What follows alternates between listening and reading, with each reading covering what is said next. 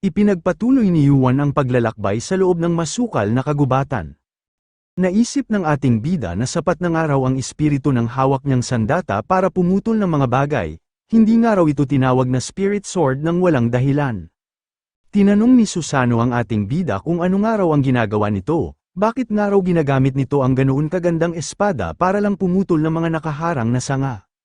Ang isang araw espada na gaya ng Kusanagi no Tsurugi ay ginawa para pumutol ng mga bagay o nilalang na may buhay.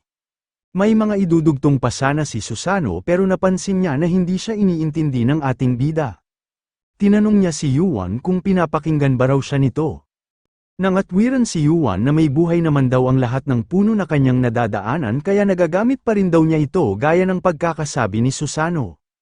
Nagpatuloy ang ating bida sa pagtahak sa masukal na kagubatan. Pagkalipas ng ilang oras ay natanaw na niya ang napakahabang bulubunduki na itinuturo ng hawak niyang espada. Tinanong ni Susano kung bakit daw napakadaling nakita ng ating bida ang pasukan ng hinahanap nitong kuweba gayong napakarami namang bundok ang naruroon. Sumagot naman si Yuan nang madali nga lang daw para sa kanya ang hanapin ito. Magsisimula nga lang daw siyang mahirapan kapag nasa loob na siya ng kuweba.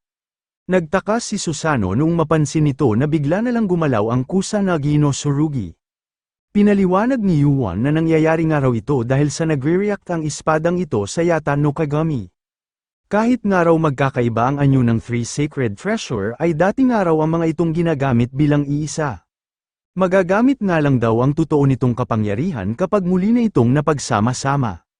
Binanggit ni Yuan na alam nga rin daw ito ni Amaterasu kaya nga raw gustong-gusto nitong mahanap ang Three Sacred Treasures. Nagulat si Susano dahil hindi niya alam ang impormasyon na binanggit ng ating bida. Pero sumuko na lang din siya na intindihin ito dahil hindi rin naman ito sinasabi kung bakit marami itong nalalaman.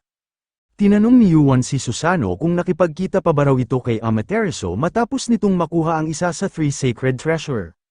Sumagot si Susano ng hindi. Sinabi niya na kung ginawa niya nga raw yun ay tiyak na gagawa si Amaterasu ng kung ano-anong paraan para maagaw nito sa kanya ang Kusanagi no Tsurugi. Mas gugustuhin pa nga raw niya na mamatay siya ng 2 beses kaysa hayaan niya itong mapunta kay Amaterasu. Sinabi ni Yuan na yun daw pala ang dahilan kung bakit itinago ni Susano ang Kusanagi no Tsurugi sa lugar na napakahirap makuha at mahanap. Sinabihan ni Susano ang ating bida na dapat nga raw nitong galingan at dapat nga raw itong mag-ingat. Huwag nga raw nitong hahayaan na mapasakamay ni Amaterasu ang alinman sa Kusanagi no Tsurugi o Yata no Kagami. Tumugon si Yuan nang hindi niya nga raw ito hahayaang mangyari, siya pa nga raw ang kukuha sa Sacred Treasure na pag-aari ni Amaterasu. Sinabi ni Susano na hindi niya raw inasahan na darating ang araw na susuportahan niya ang ating bida. Sinabi naman ni Yuan na kung susuporta nga raw ito sa kanya ay bakit hindi na nga lang daw nito gawin ng tama. Tulungan nga raw siya nito ng 1 beses kapag nagkaroon na siya ng pagkakataon na atakihin si Amaterasu.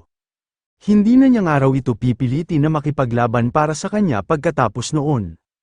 Naisip ni Yuan na makukumpleto nga lang daw niya ang isang undead kapag kusa niyang napasuko o napasunod ang kaluluwa nito. Kahit nga raw parehas na nasa kanya ang katawan at kaluluwa ni Susano ay hindi rin daw nito magagamit ang buo nitong lakas kapag puwersahan niya itong pinasunod. Kailangan nga raw muna siya nitong tanggapin para magamit nito ang buo nitong kapangyarihan. Sinabi ni Susano na pumapayag na nga raw siya na tulungan ang ating bida sa pagkalaban kay Amaterasu, pero nilinaw niya rin ng mabuti na 1 beses niya nga lang daw itong tutulungan.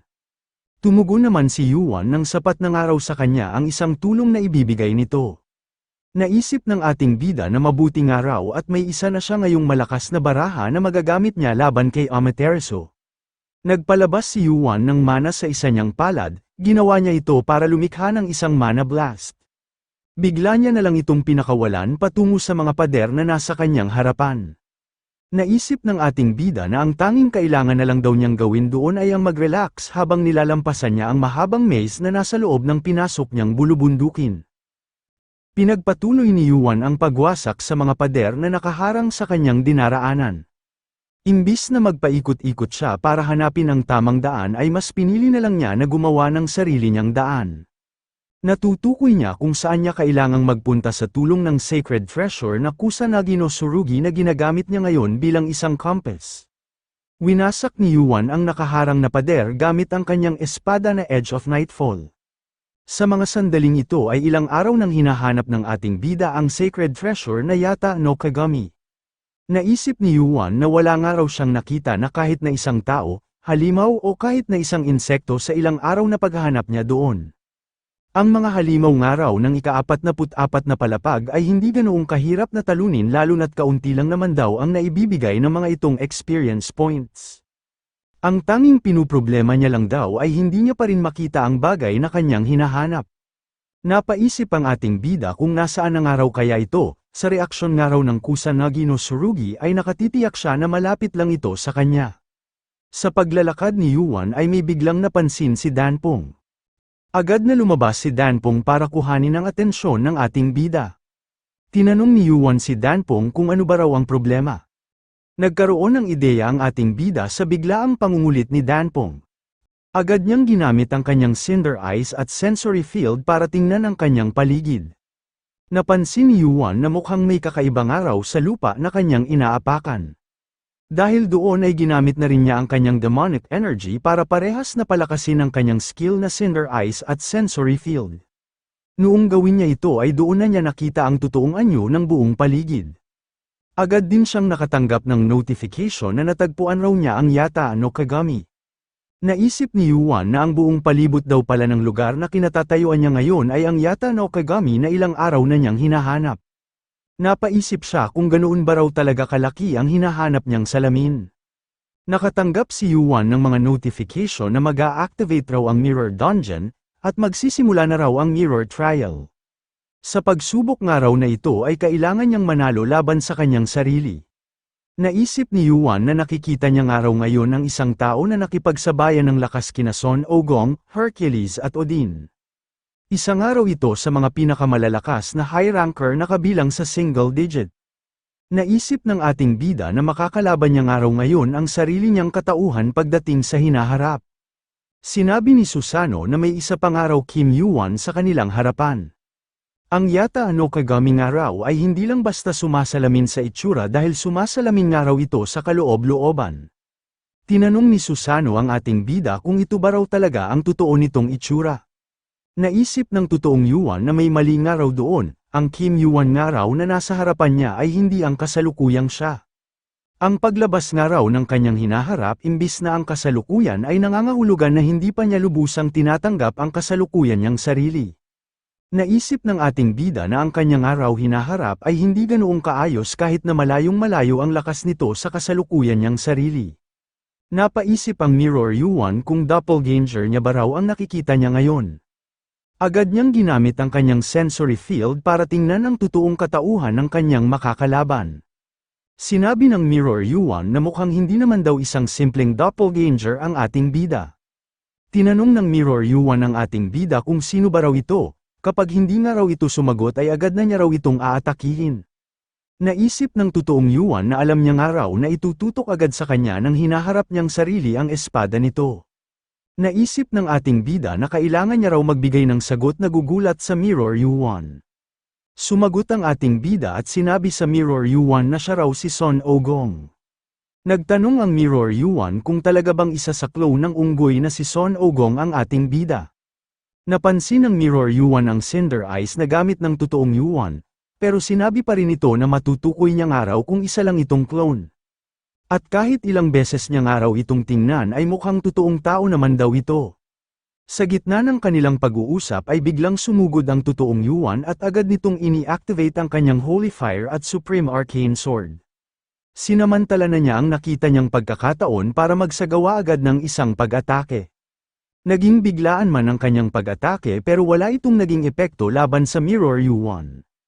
Sinabihan ng Mirror Yuan ang ating bida nang hindi nga raw magandang galaw ang paraan ng pag-atake nito. Agad na dumipensa ang Mirror Yuan noong maramdaman nito na mayroon ding nagpakawala ng pag-atake mula sa kanyang tagiliran. Hindi man napuruhan ang Mirror Yuan pero nagkaroon ito ng sugat sa isa nitong pisngi.